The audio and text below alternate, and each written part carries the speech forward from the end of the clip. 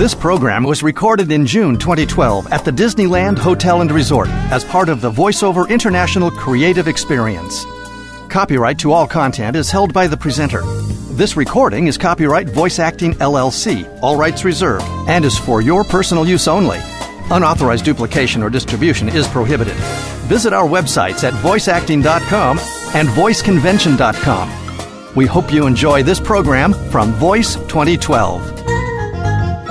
This is great. Yodeling Pickles, Lex Luthor, World of Warcraft, Professor X. What do these have in common? This wacky guy started with a dual career, programmer by day, actor by night. He's been on stage for more than 30 years, performing in dramas, musicals, comedies, and improv. And during that time, he's done stunts with a traveling Wild West show, toured with an Elvis impersonator, has worn armor, dresses, lederhosen, and is barred from visiting the former Soviet Union. You can see now why he's overqualified for the job of character actor. Now in his official career, Nirvana, his whole life is there. As a full-time voiceover artist, he has found a place to express his wild imagination with only the occasional confused look. Please welcome Mr. Joe J. Thomas.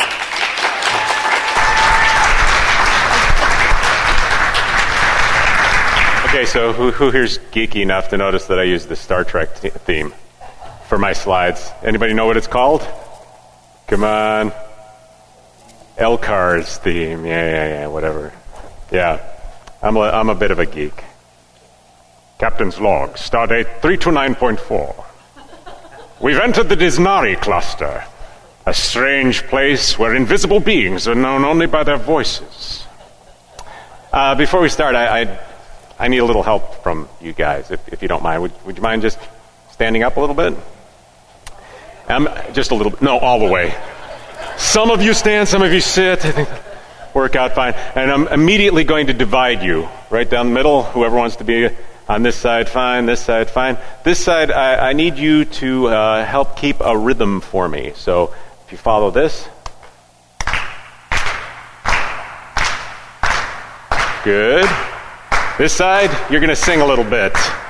So follow me. Ooh mau mau, papa ooh mau mau, papa ooh mau mau, papa ooh mau mau, papa ooh mau mau. Yeah, keep it up. A little louder. Funniest song I ever heard.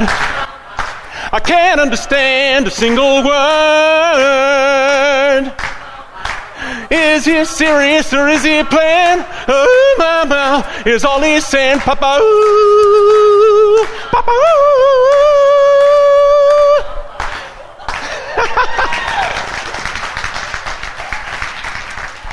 Okay, so what just happened? Why the hell did I do that? Well, it was fun. Good. Hey, suggestions? Why did I do that? Energy, break the ice, little fun. I like the song. I have control of a group of people. I've never had that before. I'm a megalomaniac, and I like sayings. I like quotes. You'll see a lot of quotes that I happen to like. One I'm wearing right here, which says, if you eat a live frog in the morning, nothing worse will happen to either of you for the rest of the day. That was my live frog singing falsetto in front of an audience, so hope you enjoyed my embarrassment with you. So, let's move on a little bit. This is my disclaimer, just for the legal people. The views, opinions, and oddball stories of Joe J. Thomas are his or were stolen in an overt manner from others. They may be funny, controversial, offensive, or otherwise provoke a bizarre response in the audience. Viewer discretion is advised. So, what are our goals here? Well, the presentation is going to highlight some of the unconventional ways that I've achieved my goals. But the goal for you is to learn more about yourself and the odd things about you that might help you to advance. So it's really more of a brain dump for me. I'm going to be dumping the contents of my head out all over the stage, and hopefully you'll be able to pick up a little nuggets and go, oh, wait, well, I've done something like that, or or I have a similar skill that other people don't have that can be used in my career. It's a very introspective journey, so I hope you'll join me. And now, did anybody print out the handouts? You don't have to, but you'll notice that there's a page that says this page was intentionally left blank, kind of, because it's got words on it, so it's not really blank. I guess that's a little confusing. But the reason it's blank is so that you can write questions for yourself, questions for me on it, and this is a little confusing. See, when you get old, you start to develop things like, I can see near but not far, so now I can't see you, but I can see my copy. So I'm going to put these down, and you're all going to be blurs to me. I hope that's okay.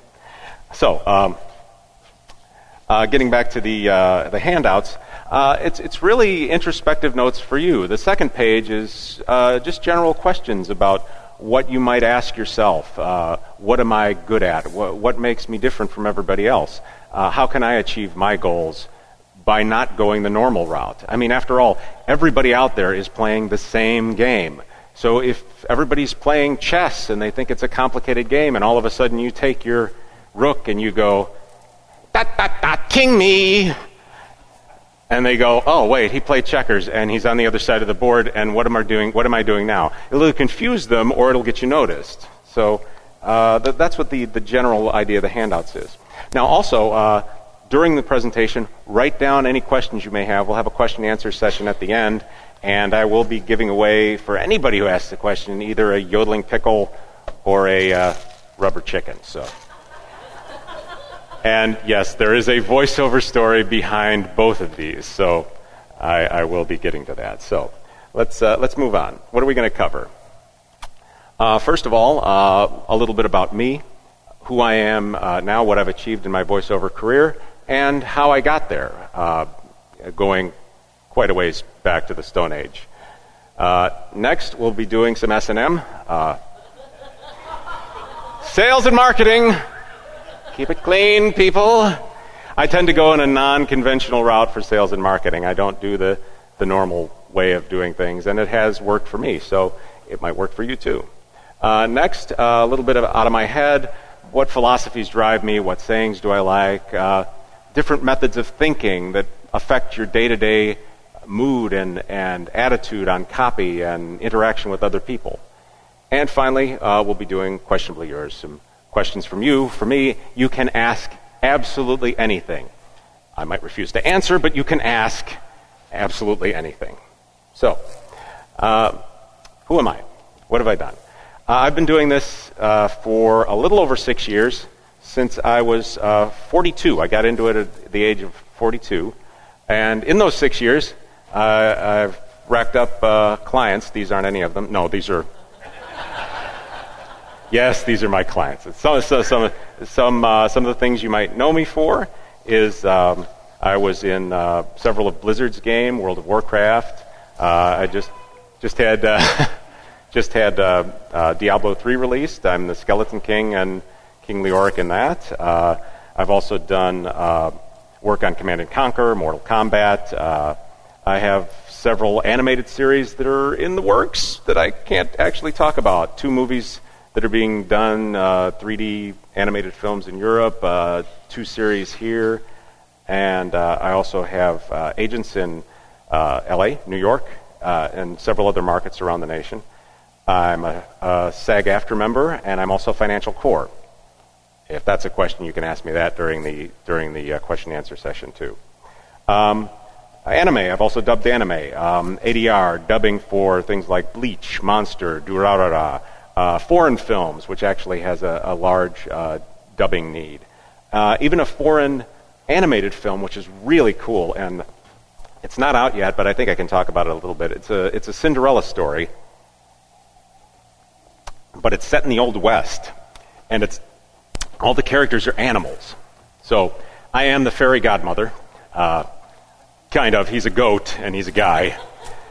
But it's a very unique way. It's a French production, and just an exciting thing to be doing. So, okay, so that's a little bit about some of the stuff I've done. You'll also see Gorillas, which is a tie-in to the Yodel thing. I'm on one of the Gorillaz albums, if you know who they are. So, how did I get here? Well, one word sums it all up for me. Women. Women is how I get here. I credit them, I blame them, I rant at them, I love them. I have chased them across the country. I didn't start here, I started in Ohio. Somehow I ended up in LA. Of course, my mother, who was very supportive, and of course gave birth to me, without which I would not be here at all. Women I've known, supportive friends, bosses, women I've worked with. Knowing your primary motivation is very important. So for me, women is one of my primary motivation.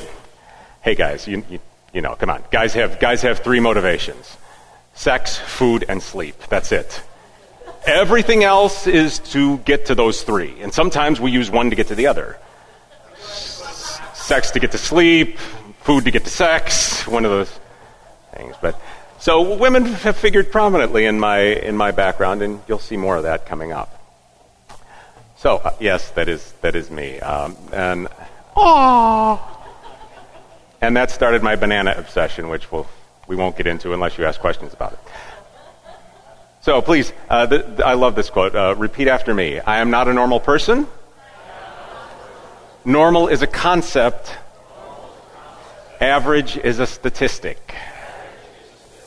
Okay, take me for example. I am normal height for a man in the United States. Does that make me normal? Well, no, I have a lot of other not so normal qualities that make me not a normal person. I mean, each of us has very unique qualities that nobody else has. Okay, let's start way at the beginning. I was born in Cleveland at the end of April in a snowstorm at the wrong hospital with a full head of hair. That's a good way to start not being normal. And this picture was taken by my uncle, and he took a series of them, and one of them got the attention of the folks at Gerber. And Gerber actually approached my mother and asked her if we'd like to put your son on the jar, and me for the Gerber's jar. My mother, wisely, said no, which, of course, equally pisses me off and also makes me understand that I probably had a normal childhood because she said that. Now, she encouraged me and everything, but she didn't want to drop me into something before I actually had the ability to make an informed decision about it. So, in her way, that was very wise of her. And I'm sure they offered her more money than she made in her lifetime to do that.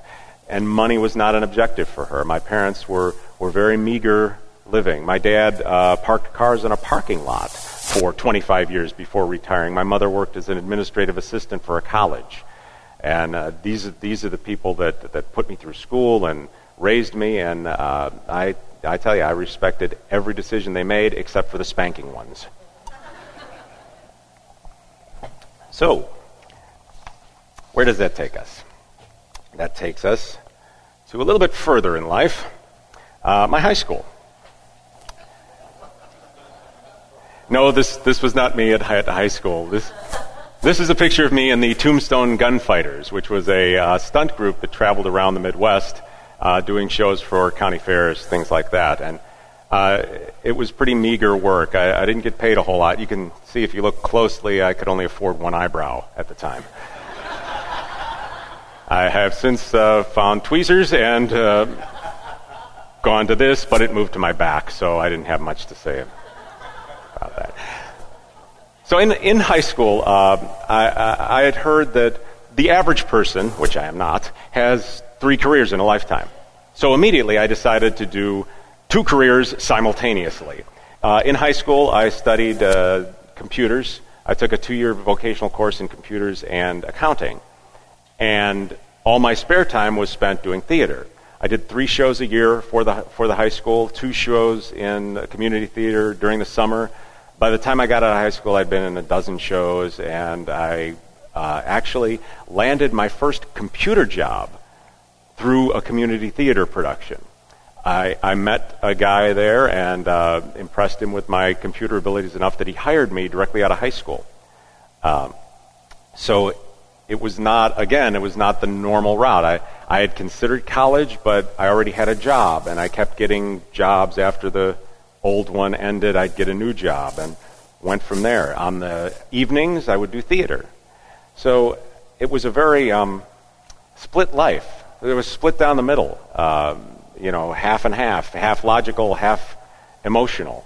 And in some ways, that helped me quite a bit in my business now, because now I understand the business side of things, and that you can't just live on your art. I can't be the emotional artist living in a box under the highway, because it's not going to work for me. And so when I got out of high school, my first jobs were computer jobs, and I did those jobs for close to 30 years.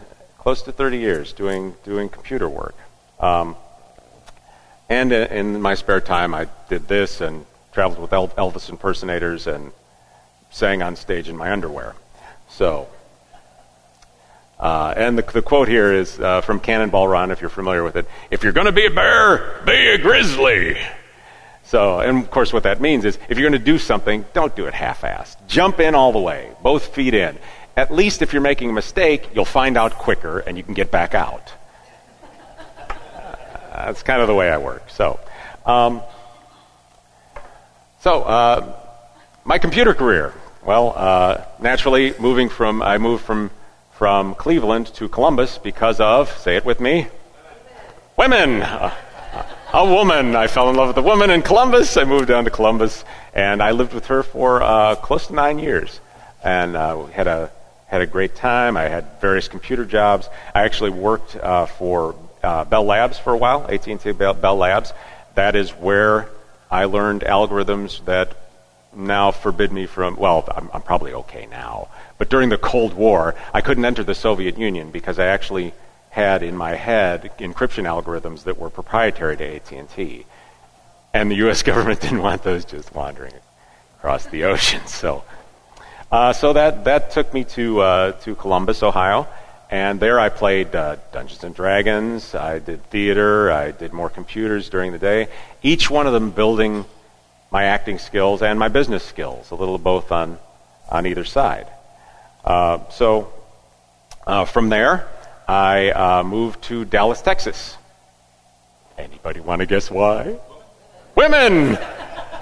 Fell in love with a woman in Columbus, Ohio, had the chance to move to Dallas. We moved there together. And we lived there for 6 years again. Did theater, did computers during the day, theater at night and weekends.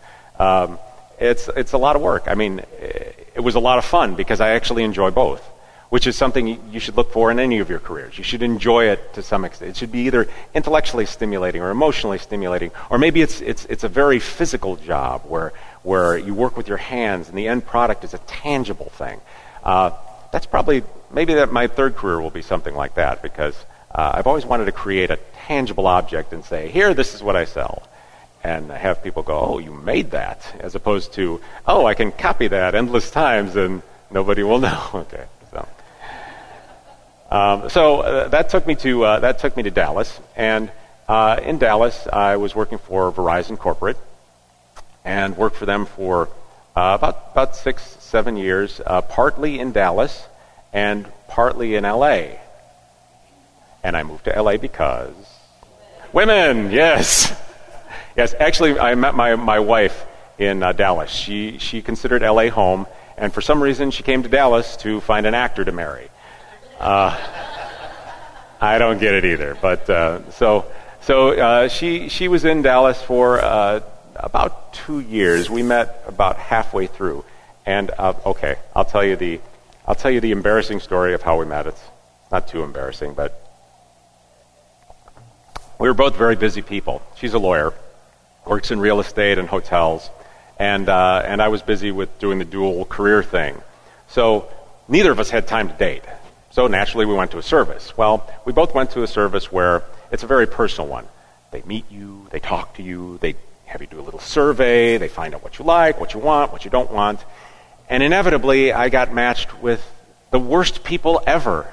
I have no idea where they got these people. I had been on a series of bad dates. They finally called me up and they said, hey, Joe, yeah, Got somebody, yeah. Okay, who's this one? Well, she lives about 50, 60 miles away. 3 kids, smoker, about 20 years older than you. Doesn't like any physical activity, likes to drink a lot, parties. Like, okay, you violated most of what I asked for. I didn't want the kids. I don't want to drive that far. I wanted to meet somebody who's more compatible. Okay, hang on. I swear, the guy put me on hold, went to somebody else's desk, and picked up my wife's card. Just random occurrence. Just picked it up off the desk. Oh, we have somebody who's a lawyer, likes to walk, drinks moderately, goes out, likes to eat. Okay, fine, give me her number. So, got her number, called, got her voicemail, left a message on her machine. Now, I didn't know. She traveled between Dallas and L.A. She was about to go back to L.A. She heard my voicemail, and what stopped her was the sound of my voice. She liked my voice. She called me back only because of my voice. She knew I was a programmer. She knew I did theater at night. And in fact, the first production she saw me in, I was a middle-aged British man, bisexual, dancing on stage in my underwear. She had questions, sure. I understand. Guy lives at home alone with a cat. Dances on stage as a bisexual man in theater.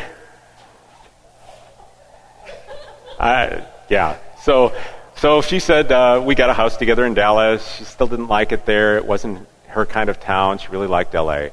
So she told me one day, she's like, I'm going to move back to L.A. You can come if you want.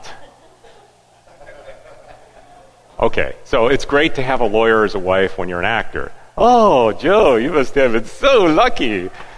Yeah, I do. I do have it lucky. She's a great person. She's the one who encouraged me to get into voiceover. But we also have budgets and plans. She has yearly goals for me that I have to meet. She is. See, now people laugh at that, like, oh, you're in love, you're married, you shouldn't have to do any of that. No, we have to do that because that's where she gets part of her confidence that I'm going to succeed. I meet the goals, I hit the goals, I exceed the goals. This encourages her to keep encouraging me. It's a feedback loop. So yes and no, it's great to be married to her. And she's a hard-driving woman. She's a hard-driving woman. Who's not from Texas, so I don't know why I'm talking like that. So we moved back to L.A., and I got laid off from Verizon after working here, kind of telecommuting for a couple of years. Well, when I got laid off, my wife said, you've been doing theater and computers for a long time. You have a bunch of savings. You just got a severance from Verizon. Why don't you get into voiceover? Now, we talked about acting, and she said, okay, you look okay, but this is L.A. There's 1,000 people who look like you. What's distinctive about you is your voice. What's distinctive about you is your ability to do characters. You'll stand out in voiceover. You won't on camera. And I said, okay. So, I went and worked on the demo, and I went to a very nice lady, Cynthia Sange, who works with Susan Blue here, and she passed away a few years ago, two or 3 years ago. Actually got my demos done through her. And she was very nice and supportive, yet very hard. She listened to my old demo that I had done in Cleveland 20 years earlier and told me if I didn't take it off the website, she was going to use it as an example of a bad demo to all her classes. So I took it off the website, and she helped me get the demos that I'm still using bits and pieces of today. Again, another very supportive yet driving woman who helped me get somewhere. So how did I get my agent? Well, my agent in L.A. was actually the first one I got. And I got my agent through real estate. You got your agent through real estate. I got my agent through my wife, strangely enough. And here's the story. She mostly deals with large transactions, hotels and giant multi-million-dollar deals in Zimbabwe, or I don't know. She's all over the world. As a favor to another lawyer, they said, well, there's a person who moved into town, and they just bought a house, and they're having some problems negotiating the contract. Could you help them out? So she said, okay, fine. I'll charge them a flat fee, and we'll knock it out. So she helped this person, and they were very grateful. So they went out to dinner, And she met them in person, and they were talking, and a woman, naturally. And they're talking, and through the course of the conversation, she says, the other person says, wow, you seem to know a lot about voiceover. She goes, well, my husband's a voice actor. And the woman says, oh, well, you should send him to me. She's the vice president of casting for Disney television animation. Now, my wife didn't know this going in. She didn't know this going to dinner. She found it out at the dinner. She didn't ask for me to go and see this woman. The woman volunteered it, which was very nice of her. Now, to my surprise, I went in and I met with her and we talked for a little bit, probably about 5 or 10 minutes the first time. And she said, you have a nice voice. I'll tell you what. I want you to go to VoiceBank.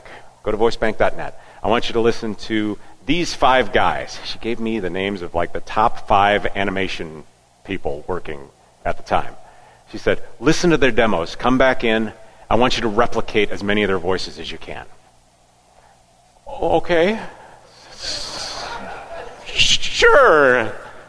Jeff Glenn Bennett and so I went off and we set up another appointment for about a week later. I came back after a week and went into the booth, did a couple of voices off various reels, and she directed me some. And through that process, she figured out that I'd done theater and I was actually used to direction, which was another key point. When we got done with that, she said, let me make some calls. Well, her calls were to agents, and she said, okay, go see so-and-so at this agency, and they'll talk to you. So now I have no doubt in my mind. This is a vice president at a major studio. I have no doubt in my mind. If I'd gone in for that first 10-minute interview and I didn't have anything to show for it, or I couldn't take direction on the second interview, or I hadn't done my homework and studied the voices and tried to replicate them, she would have just said, well, it's very nice. I wish you luck in your career, and I would have been out the door. It's this hard and soft combination that I keep running into. So it's the background in the theater and the background in business that prepared me for the meeting.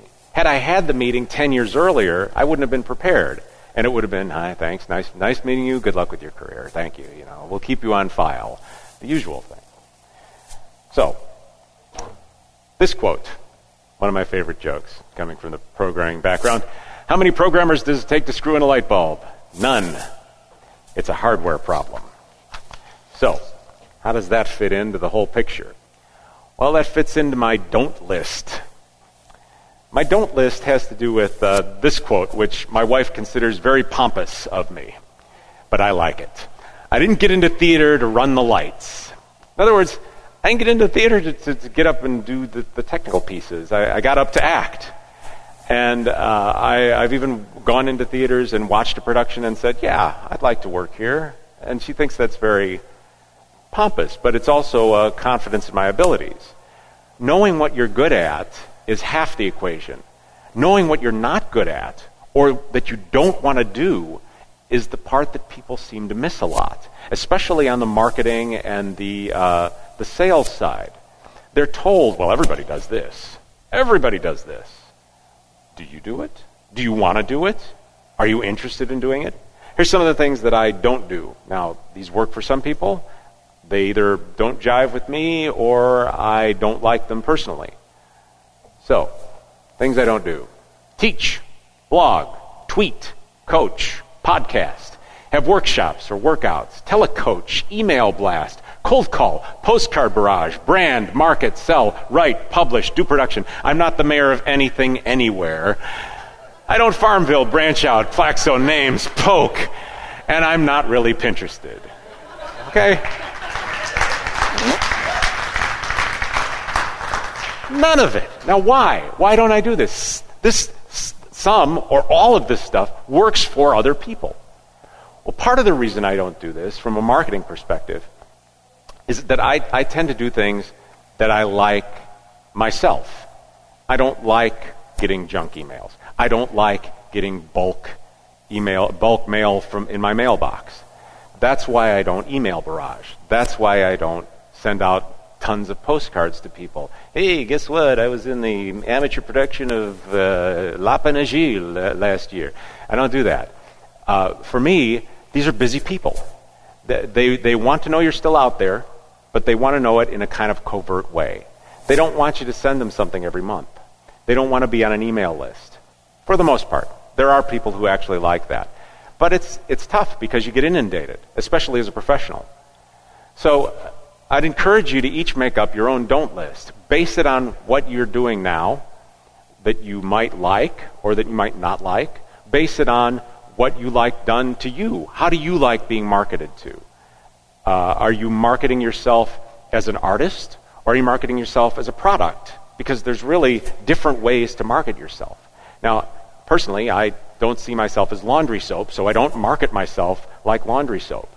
And just to get off on a slight tangent, the standard marketing model is very good. I mean, a lot of these things work because you say, I make 300 phone calls. I'm guaranteed 2 to 3 responses. I do this, I get this back. Right? This is how it works. That does work. It doesn't work for me because for me, it's a lot of time invested. Now, you might land one of those 2 or 3 clients, might be a huge client, and you might have them for years. But for me, that's not the way I go. For me, that's kind of the standard route. Now, okay, so that's your don't list. What is it I do? What are the things I do? And this was my old car, by the way, which I talked to a marketing person about, and they said, you park your car at studios a lot? Yeah. You should put something on the back of it. So I put this on the back, and actually studios remembered my car being there, even if they didn't remember me. So, I mean, that's important, and part of it is knowing what you make. Like I said, I don't market myself like laundry soap because I'm not laundry soap. But let's say we were all working with different types of wood. Okay? People make all sorts of things out of wood. Are you making toothpicks or are you making violins? Because the difference between the two tells you something about your marketing. And your work. If you're making toothpicks, you better be good at making them really fast, and you better have a way to get the message out there, I sell the best toothpicks. If you're making violins, you're not going to make them that fast. They're going to cost a lot of money each, and probably word of mouth is going to get around about, oh, this guy makes great violins. You should hear this one. And they play it, and he's, oh, that's a good violin. I need to get my violin there. And there's things in between. Maybe you make furniture. Maybe you make some other wood-based item. But knowing what it is you do, and what it is you do in voiceover, and how to sell it is more important to me than your marketing technique. It guides your marketing technique. So what do I mean by stage show versus improv? Well, in a stage show, since I'm familiar with kind of both of these concepts, in a stage show, you have the script ahead of time, you have direction, you have your blocking. I go over here, I say this to him. I say it in this accent, I interact with people. It's all laid out. There's a plan, you follow the plan, you get a result. In improv, it's fly by the seat of your pants. You go up there, you try something, the audience responds, or they don't respond. What I find interesting, having done both stage show and improv, is you can fail easily at both. You can have a stage show where you've invested months in that's a flop. Or you can do an improv performance that you've invested absolutely nothing in, and it can be a flop, or it can be a success. So again, my approach to marketing is definitely on the improv side of things. I feel my way through the market. It's okay. I've made contacts with these people. These people get me work. They like my style. They recommend me to other people. This is how my marketing works. Now, for other people, that doesn't work. It depends on how comfortable you are with doing either one of these. Again, part of my drifting towards improv for marketing is I'm not as comfortable with the other method. Now, that doesn't mean it wouldn't work equally as well for me. It just means that I don't like it. So, marketing, I did promise that I'd tell you how these figure into marketing. I had a year of winning stuff.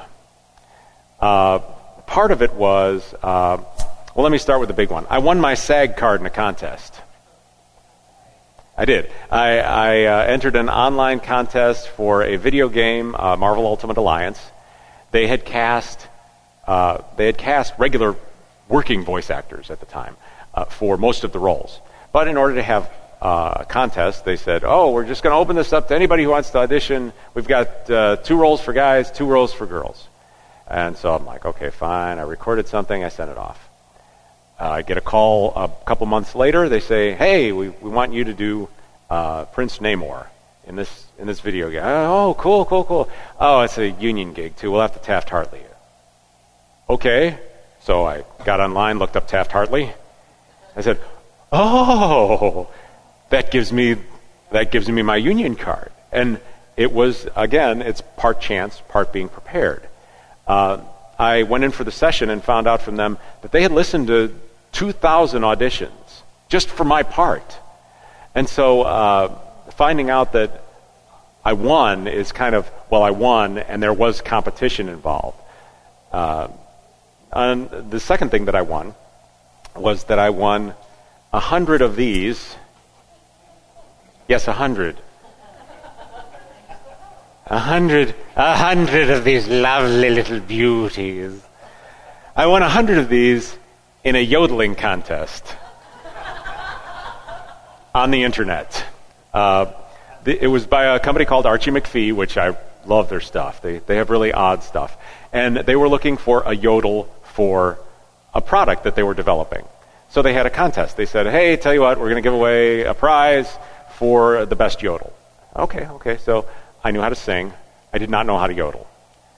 So I looked online and I found yodelcourse.org, which has 10 free yodel lessons. I went through the 10 free yodel lessons. I learned enough about yodeling to create my own yodel. And one of the products is this. It's a yodeling pickle. So, hang on. Is this mic on? It's on.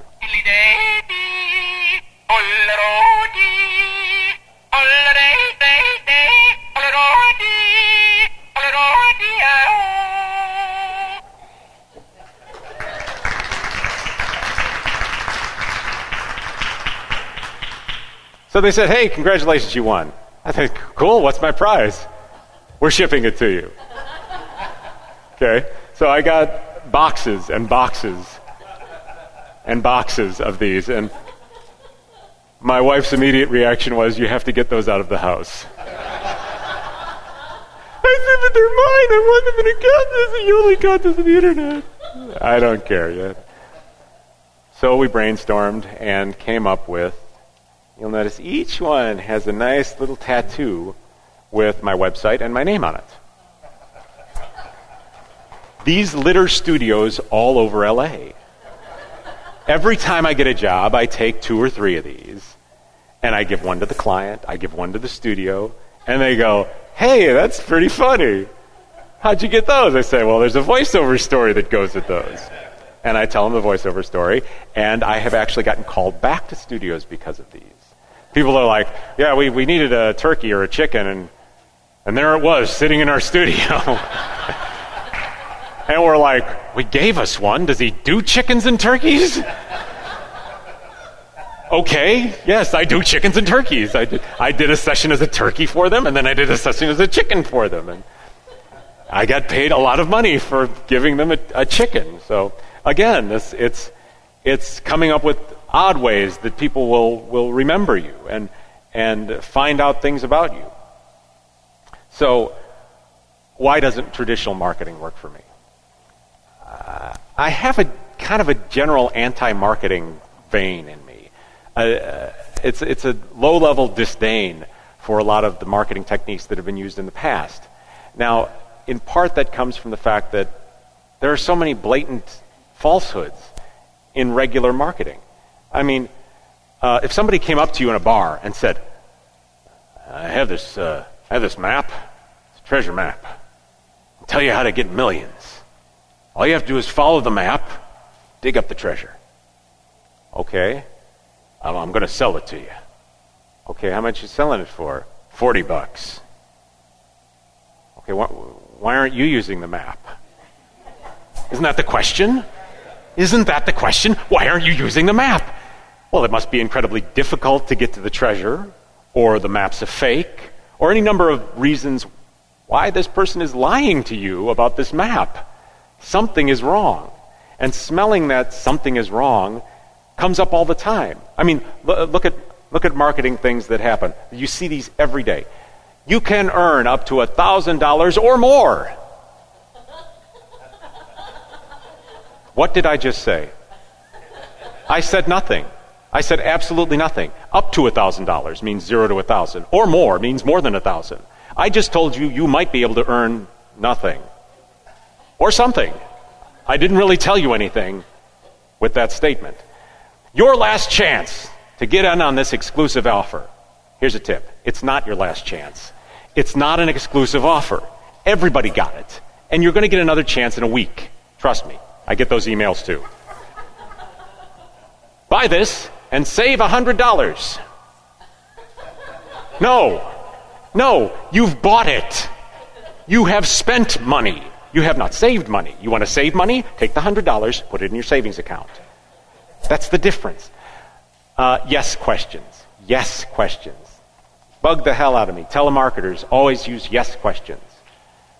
Hi, how are you doing? I'm fine. How are you? Oh, we're fine here too. Hey, do you want to make more money? Let's see, I'm not an idiot. Yes.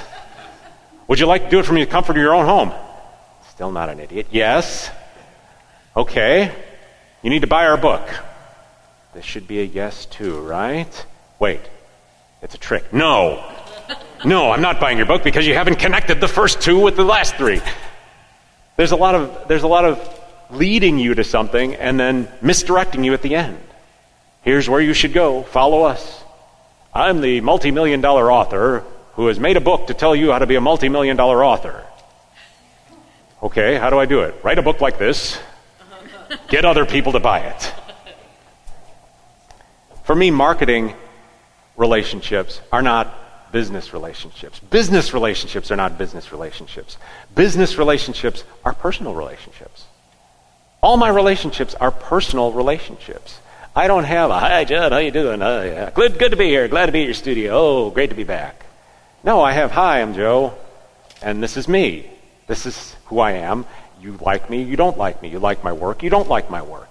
I don't put on another face to be the marketing guy. It's me or it's not me. And that has to do a lot with knowing yourself. People say steer clear of political ads or religious ads or anything controversial. That's one tactic. The other tactic is that you can embrace your religious or political leanings. Maybe you go out there and you say, hi, I'm a liberal Democrat and I want all the liberal Democrat work you can give me. Yes, it's going to alienate half your audience, but it's going to attract the other half. Maybe you'll find more customers that way, or maybe being neutral is an easier way to go. I tend to take the person who pays the most money. I'll get that.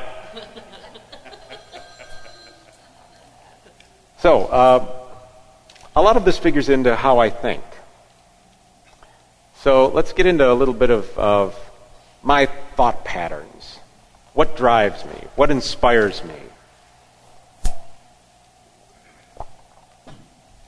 We'll start off way off in the philosophical area. The sound of one hand clapping.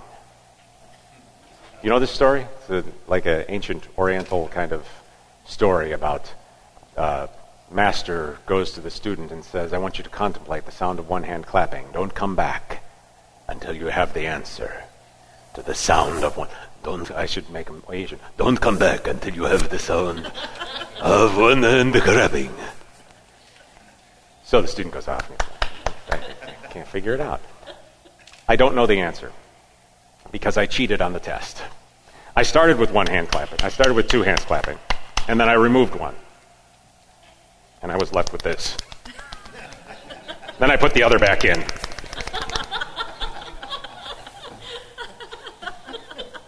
Why is this important? Because the question limits the answer. You're letting yourself be led to an answer by the question.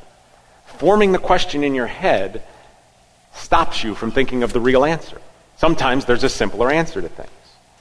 In my case, I like things like sayings and wisdom from others.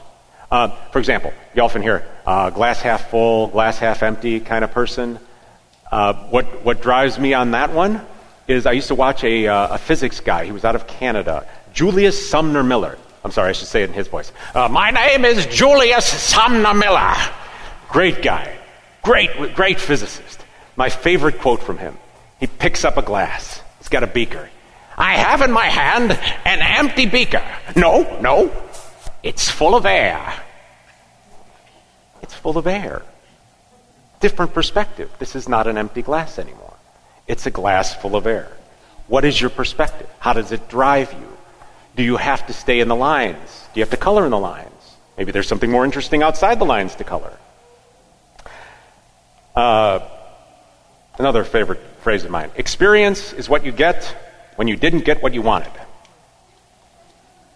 Right? You didn't get what you wanted, you got some experience. Advice from an aspirin bottle. Keep cool, but do not freeze. Good advice. An aspirin bottle. The early bird gets the worm, but it's only the second mouse that gets the cheese. See? Eagles soar, but weasels don't get sucked into jet engines. Wisdom from my dad. Son, I wish I had your nose full of dimes. I could retire. Yeah, I don't get that one either. I haven't figured that one out. My uncle gave me a great piece of advice, which I completely ignored. When I first came out here, I said, I'm thinking of taking my savings, investing in my career as an actor, living off the savings for a while. He's like, tell you what, now he's an extra. He's done extra work for years as a side career. He knows the industry. He's like, here's what you do. Let's just take all your savings out. Go to Vegas. Put it on one number. You'll have better odds. Thank you, ray of sunshine. Now, unfortunately, he's right for a lot of people. And that's a big piece of it. How do you know when to quit? That's part of the philosophy. How do you know when you're beating your head against the wall or when there's actually a door that's going to open at some point? There's a book by I've lost the author's name. It's called The Dip, if you look it up. Yes, Seth Godin. Thank you. It's called The Dip. And it talks about the difference between knowing whether you're pushing through a dip or you're in a cul-de-sac or whether you're beating your head against the wall or whether you're about to fall off a cliff. And each of these scenarios, it's important to know what's coming up. Sometimes pushing through a dip, which is how successful actors make it, means that you have to work at it for years to get there. And a lot of success stories are, it's an instant success after 30 years of working in theater. Again, right? 30 years of working in theater before I got here. Okay, another favorite quote. A lack of planning on your part does not constitute an emergency on mine. Right? People call, it's last minute. I got to have this now. I don't have time till tomorrow. You'd be surprised how many people can wait till tomorrow, even though they've just told you they have to have it today. Is it really an emergency? I'm sorry, I'm not a doctor. I'm not doing open heart surgery this afternoon. This is not a real emergency. Somebody might lose some money somewhere. It's not going to kill them. Okay? So, last piece from my dad. And this one I actually did figure an answer to, but it wasn't a satisfying answer. He used to ask me, how long is a piece of string? Or the corollary, how deep is a hole? And I thought about it, and how long is a piece of string? And finally I said, it's twice half the length. It was an answer, but it didn't tell me anything. And sometimes you'll find things like that too. So how do you give back? That's a part of my philosophy too. How do you give back to the community? Well, I mean, obviously, this conference is a lot about giving back. The presenters, myself included, are doing this because we want to give something back. The forums, the Facebook things, every time you interact with other people and you give a little bit of your wisdom or a little bit of support when they need it, that's what the whole Positive Thinking Unite group is about. Giving a little support back. For me, I do audio drama with a few groups, gratis.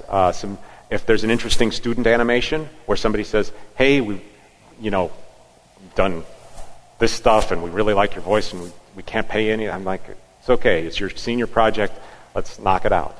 Films, shorts, little things like that. There's a ton of ways to give back. Reading for the blind, I know a lot of people do that for Airs LA. Let's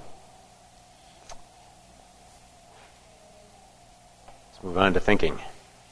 Scarcity versus abundance. Anybody know what I'm talking about? Scarcity versus abundance? Scarcity versus abundance thinking pops up a lot.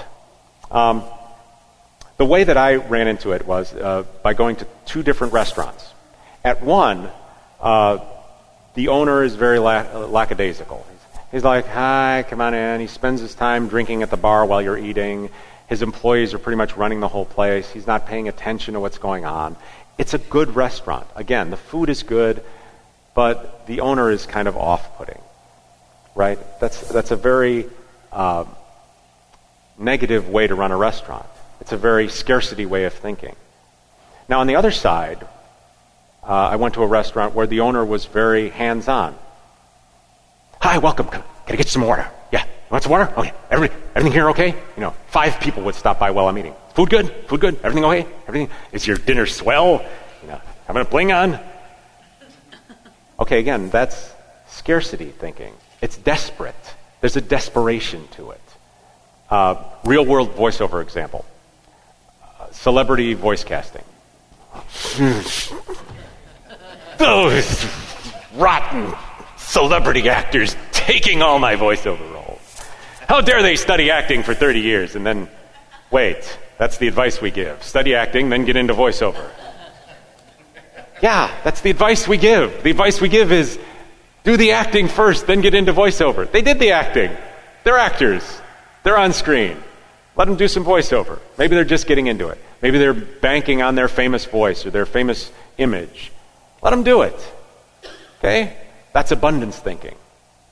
It wasn't my role to begin with. They weren't going to ask me to come do Chris Rock's part. Okay? They wanted Chris Rock.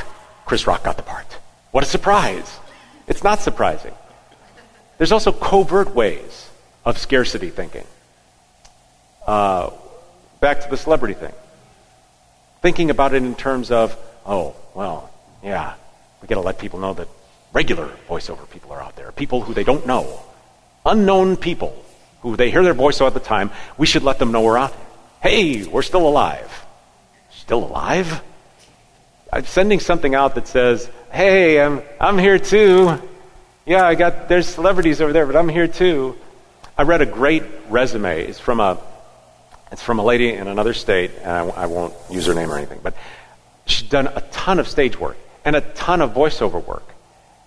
And her resume read about, I've done this project with this star, and I've done this project with this star, and I've done this project with this star. It didn't tell me anything about her. It told me she was insecure about her own abilities. It came from a scarcity mindset. A mindset of abundance says, hi, yeah, I'm a voice actor. Ask me whatever you want. I'll tell you. It's a gift. Take it. Because I have confidence in my own abilities. If you're competing with me, great. If you're not, go do your own thing. I happen to know I'm better than you. Right? I will bet that there's at least a couple people in this room that I have auditioned for the same parts as, and I've gotten the role. That automatically means I'm better than you. Doesn't it? It also means that there are probably roles that we've auditioned for that you've gotten, and it means you're better than me. That's the corollary. That's abundance thinking. You can be better than me. I don't have to make you be worse than me. I can be better than you sometimes. You can be better than me. Nobody has to win. It's not a zero-sum game. You're not my competition. Okay? My competition is in here. This is my competition. It's like sports. Oh boy, a sports analogy. Finally. Okay, I have one sports analogy. Oh, water's attacking me. Okay, so I divide sports into real sports and not real sports. For me, real sports are things like football, baseball. Not real sports. Golf, bowling. Now, why? Well, because the balls are different. No, that's not why. Why is because in football, you can prevent your opponent from doing something. You can get in their way. You can intentionally try to make them fumble, fail, do something wrong. In golf, you can't. It's forbidden. Same for bowling. I can't jump in front of a guy when he's bowling and go, gutter ball. Yeah, that's not cool. That's not how it works. Does it matter if I bowl on Tuesday and my friend bowls on Thursday and we compare scores, or if we bowl at the same time? No. It's just me. I'm the only one competing. That's how voiceover works. You're not competing against anyone but yourself. Nobody is in there trying to make you screw up during your audition. It's just you. You're the only one there. These are not sports. This is not a sport. Don't buy into the sports analogies. That's part of scarcity thinking. So, where's my timing at? Oh, I'm doing pretty good. 10 minutes till questions. 10 minutes till questions. I better hurry up. So, don't get me started. Don't get me started. I got a lot of pet peeves. And if I could find them, I'd tell you what they are. That's right. That's one of my pet peeves. I'm not organized. What the hell was I thinking when I wrote this? There it is. Why are these important? Why are pet peeves important? Because knowing what pisses you off gives you an insight to yourself, right? I'm in LA, so traffic pisses me off. I'm in traffic all the time. Whenever I leave the house, I'm in traffic. Okay, fine. It pisses me off. Why? Well, it's my own impatience, right? It's knowing that I'm an impatient person in traffic. That gives me an insight to myself. It gives me an insight when I go into the audition. If I go into an audition and I've been behind the wheel going, guess how the audition's going to come out? They better be looking for an angry person. Because that's the only role I'm going to book. We're booking a Zen guru today. Namaste, you... Right? It affects you. So knowing... Now, so in order to get around that, I use my bizarre sense of humor to think about things while I'm in the car. Like I figured out that apparently there are invisible cars and invisible pedestrians out there. This is why people don't turn when they can. Why they stop 15 feet behind the car in front of them. There must be an invisible car or invisible people there. Otherwise, they would have turned, and I could have gone. Right?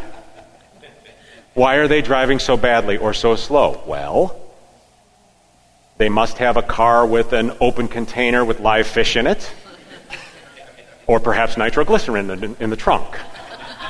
Either one of those would cause them to drive that way. Again, it's just a different mindset. It's a different way of thinking. Okay, online stuff. What bugs me about that?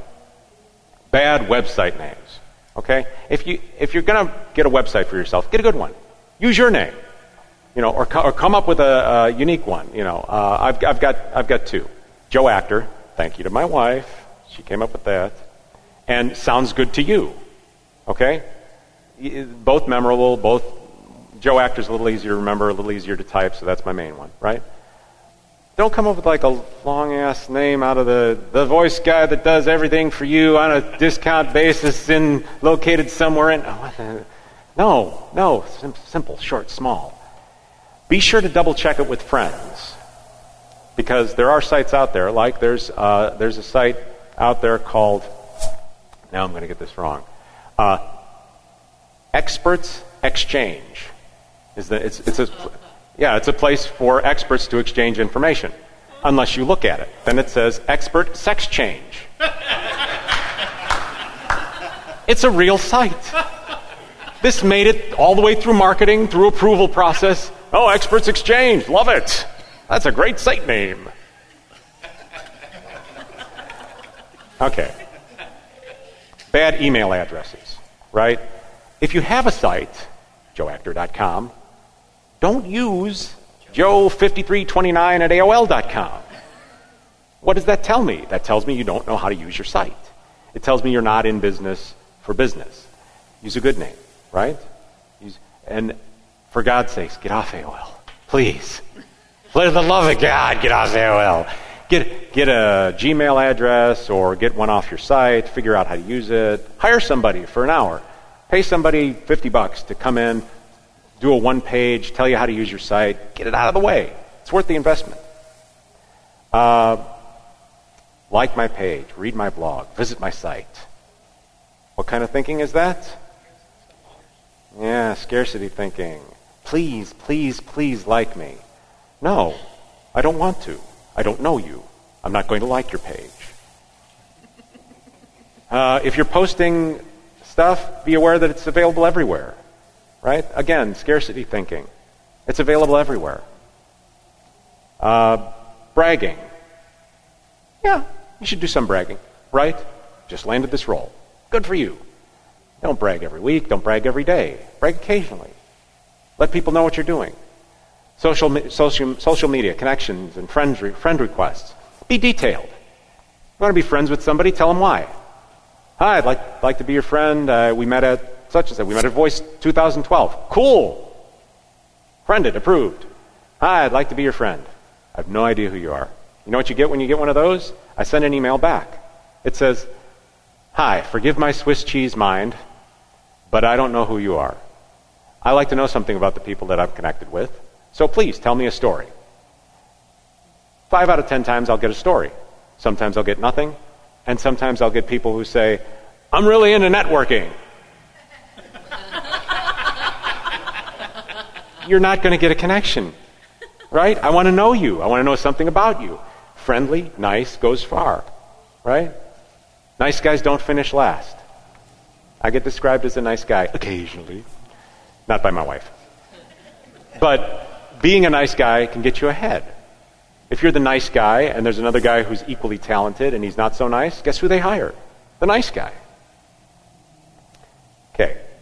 Let me close with one more that pissed me off. It's actually a quote by a friend of mine. This is not art. We are not artists. Yes, we are. Well, let me be more personal. Yes, I am. I choose to be an artist. I choose to be an artist. I communicate. I take this black and white crap on a page and turn it into something that evokes an emotion, a response. This is important. It's inspiring. It can be any number of things, informative, inspiring. It can be art or not. It's all based on your approach. So, before we get to questions, I hope you have questions. There are prizes. I'm going to leave you with my thing, a little Zulu. Oogie Wawa. Anybody know what this is? Ooh, all newbies. This is actually listed as a Zulu toast. You know, Oogie Wawa in Zulu. You know, cheers, shlante. I had to know what it meant. Why does it say something? Now, granted, I used the internet to find out what it meant, and there weren't very many sources on Zulu. What I came up with was that it means don't fall down. Don't fall down. Why it's important is because it's a toast the night before the tribe goes lion hunting. Context. Context is important. Or as Warren Buffett says, failing is not falling down. Failing is staying down. So everyone, with me? Oogie Wawa. Questions? Ask me something. Get a chicken. Or a pickle. Your choice until they're gone. Hi, Joe. I'm Tim from Portland. I have first an observation, which you say that you don't brand. But I would say that you do. Your chicken is your brand. Your presence here and your performance is a brand. And the proud way that you wear your theater experience, which I come from that background Agreed. as well. It just evolved more organically. Exactly. Than going to someone and saying, that's your brand. Exactly. Right? Exactly. Yeah, definitely. And my question would be, are there agents that you seem to be able to use your theater experience, you're perhaps bigger than some of the performance-wise than some of the agents told us they were looking for. Uh-huh. Are there agents that you would specifically seek that are looking for people that are able to be big when there's a need to be big? Or yeah, I mean, I think different agencies. Chicken, pickle. Hit me with pickle. Pickle. Go. Yes, definitely. To answer your question, the different agencies cater to different types of people. The agency I'm with here in L.A. is Solid Talent, and they actually are more of a boutique agency. They cater toward the agent that I work with caters towards animation and cartoons. Now, they also send me a lot of commercial auditions, so I get commercial work as well. But they're known for being a boutique agency. In a larger agency, I would probably be lost among several other people who do what I do. So that's another choice to make. Big fish, small pond, or small fish, big pond.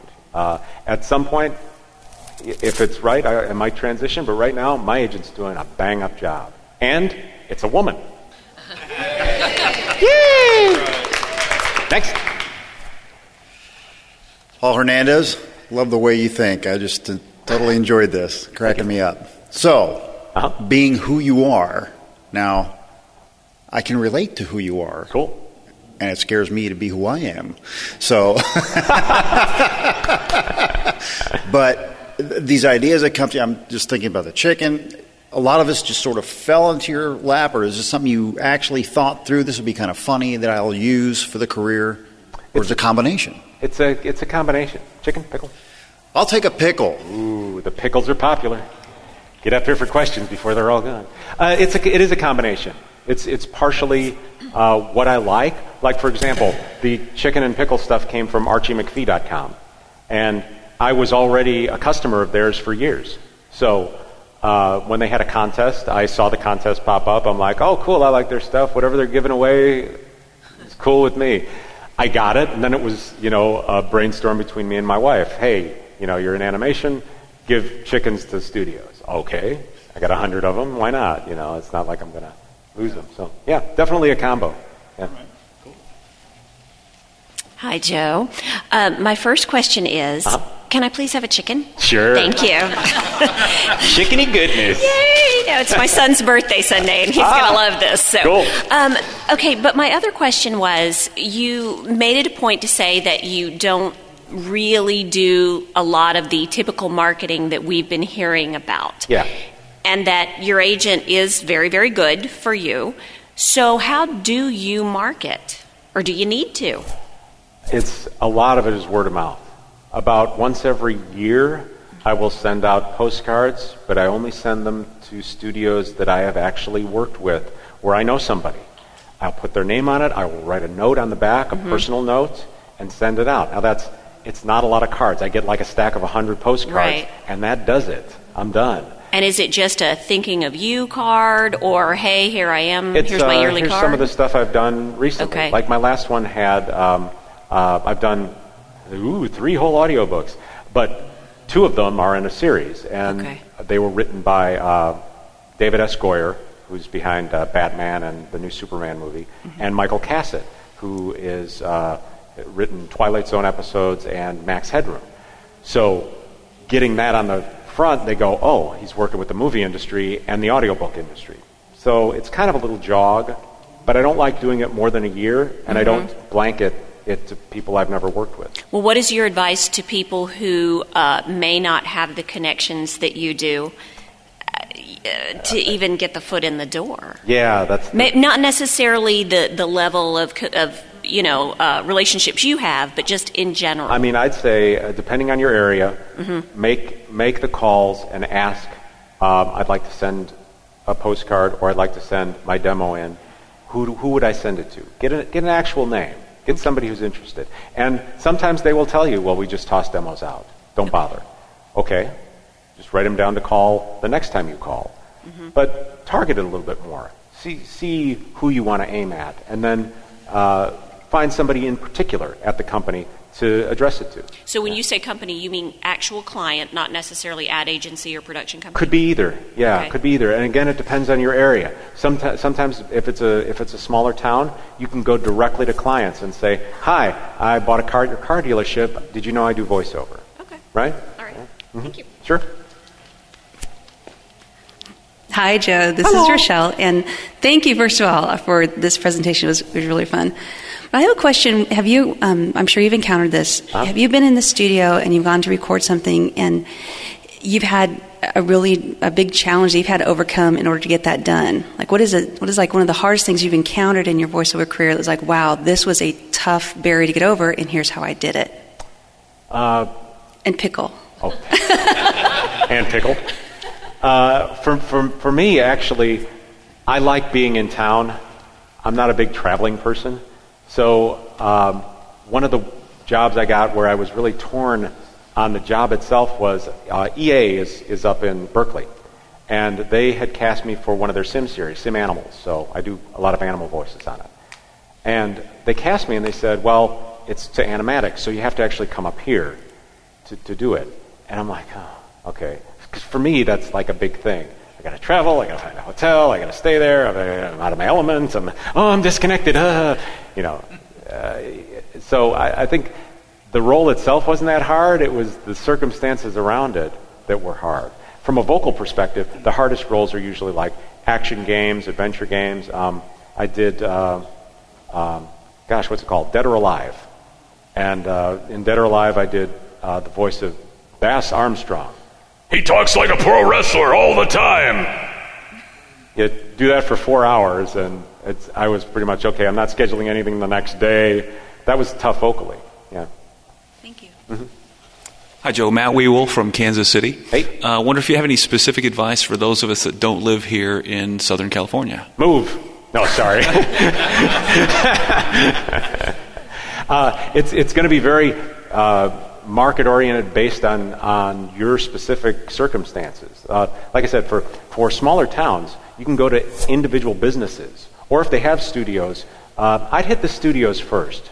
Because a lot of times things go through studios, and if they have your card, or they know who you are, or they have your demo on file, they might actually call you just because they've met you in person. Do an actual, stop by, shake hands. Hi, I'm in the area. I do voice work. This is the kind of stuff I do, and here's my demo. Can I leave it for you? I've had studios here, and I'm sure it's the same in other places, where they use me on a project, and like a year later, I get a call, and they go, the client liked your demo, and we'd like to hire you for this. And I go in, and they say, well, we'll play the reference track for you. And it's not off my demo. It's off the prior project that I did for them. Mm-hmm. A lot of studios save things. They're like, oh, yeah, if we get this kind of job in the future, save that. Sure. So, yeah, or you can go directly to businesses if you know a business, or if you frequent a business and you like their products.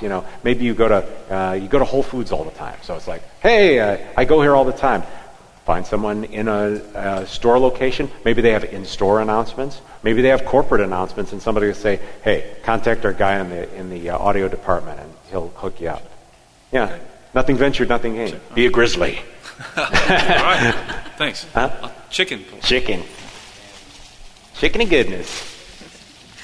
Hi, Joe. I'm Faith Coons from Chicago. Hi. I just wanted to thank you. I love the unconventional methods, and I think that, and I don't know, I want to sum up a little bit of what I interpreted and see if I'm accurate. Okay. Accurate.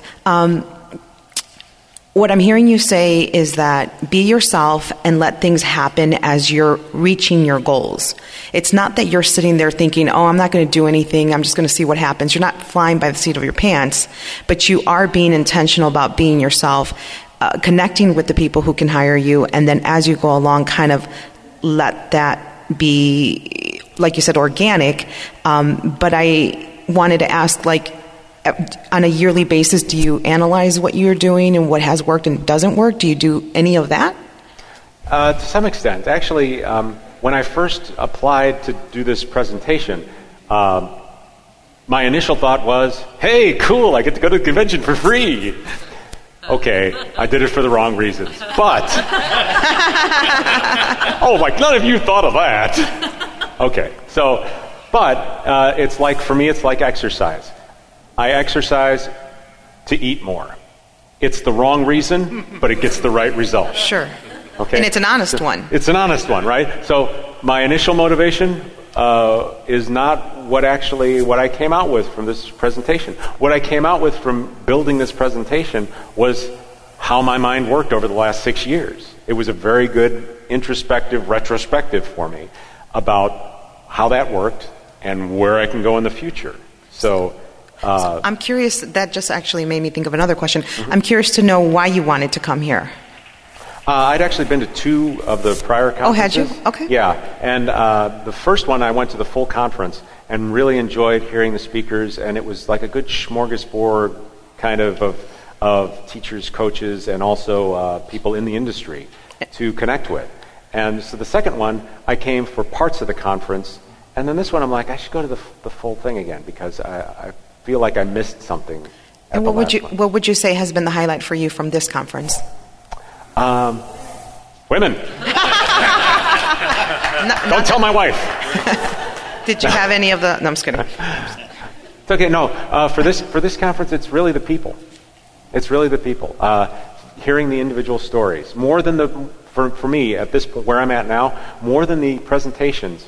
I like hearing the individual stories. Even in the presentations, people are speaking from their experience, from what drove them, what works for them. Yeah. Great. Yeah. Thank you. Thank you. I'll take the pickle. That's the only thing that fits in my luggage. Pickle.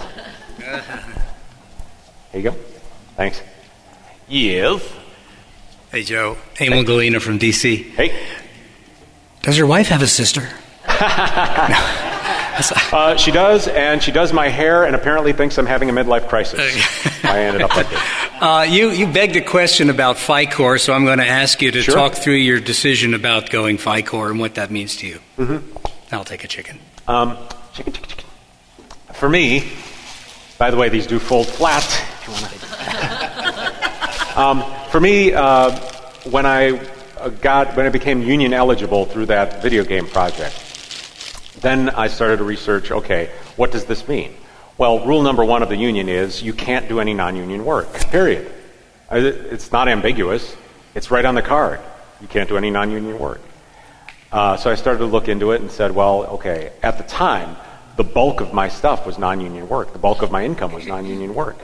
I said, if I join the union, I'm cutting my face. I'm cutting my nose off to spite my face. I looked into the options, and there were basically 3. Only do union work, do union and non-union and not tell anybody, which is an option that a lot of union people do, or go FICOR. Now, Financial Core is actually available for any union. It's not actor specific. And the reason it came about was because the federal government felt that it was not, there should be an option for people who don't want to be restricted by what the union says. In other words, if I take non-union work, it's not taking work away from the union. The non-union job exists regardless of whether I take it or not. What the union needs to do is get its members to find new ways to bring more non-union work over to the union. The way to do that, in my opinion, is to make the process simpler. To say, okay, I've got a non-union client. There's an easy way to make this a union job. Boom, it's union. And the client doesn't have to worry about paperwork or pensions or anything else. So for me, I chose Financial Core as an option because it was the honest option for me. It was the straightforward, honest option. It was the only honest option available because there are a lot of people who just do the non-union work and go, union's never going to catch me, I don't care. Yeah. If FICOR had not been available, would you simply have resigned your membership and gone non-union?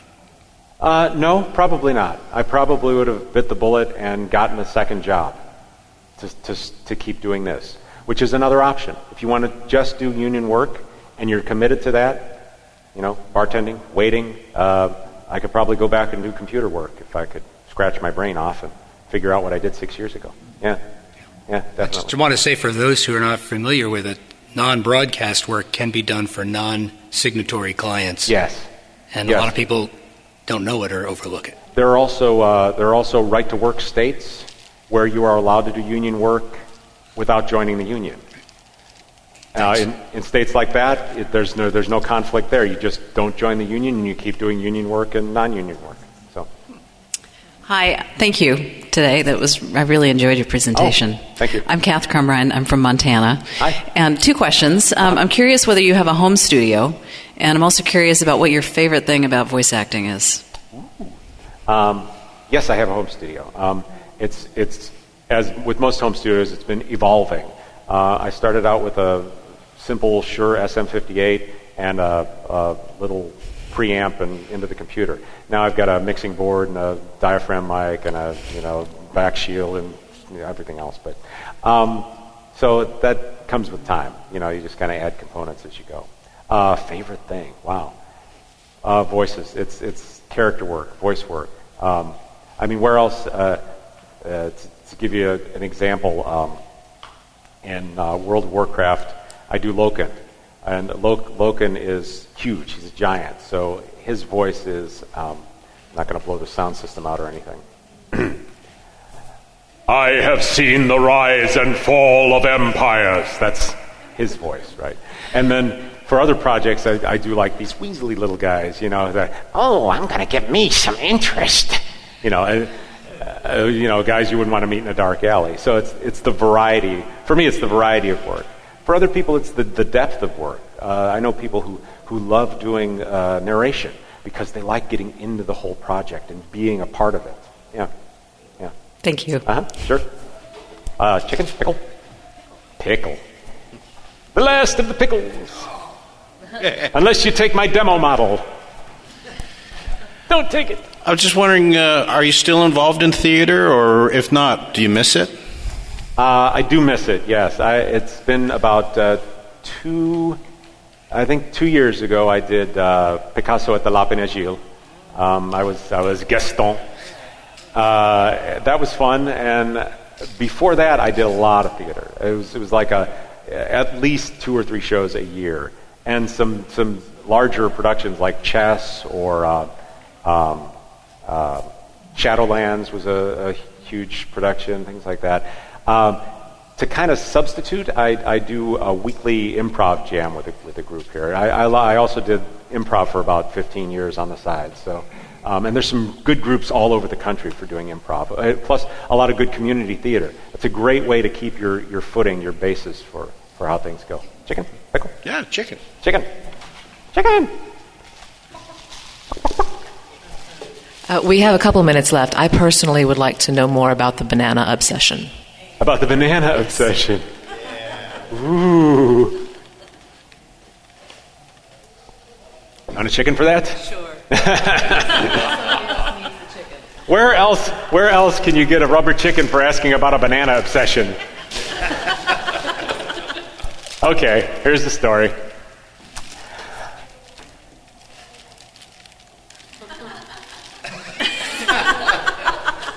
I'm making it up as I go along. Hang on. No, I always enjoyed eating bananas. I'd have like one with breakfast. Sometimes I'd run out and I wouldn't have one. I'd just have like something else, another piece of fruit or something with breakfast.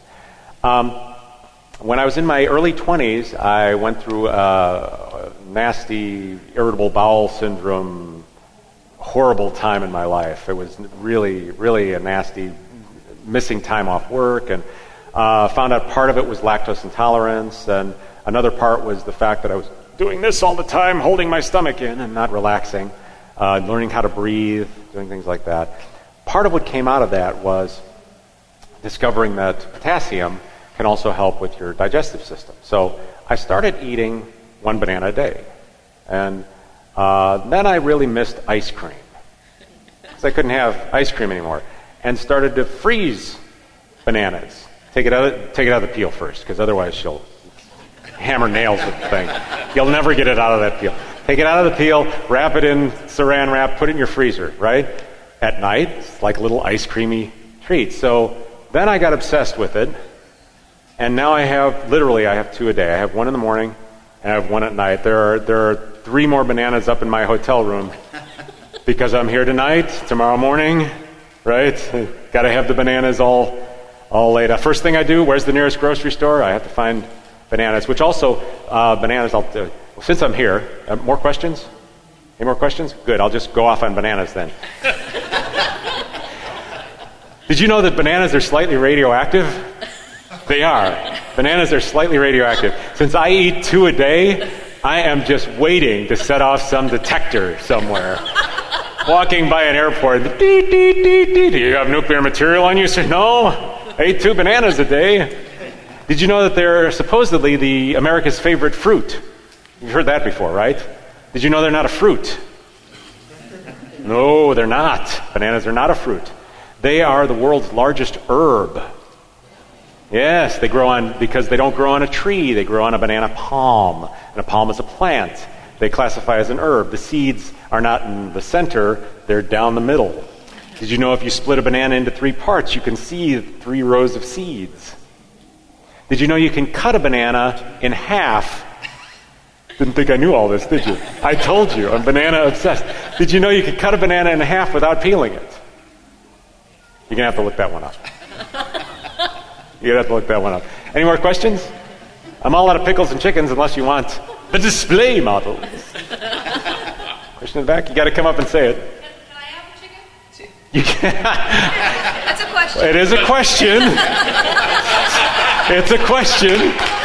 You must come up to get it, though. I would take that as a question. Thank you so much. Woo! I'll just say thank you very much for your presentation today. My pleasure. My pleasure. Thank you, everyone else.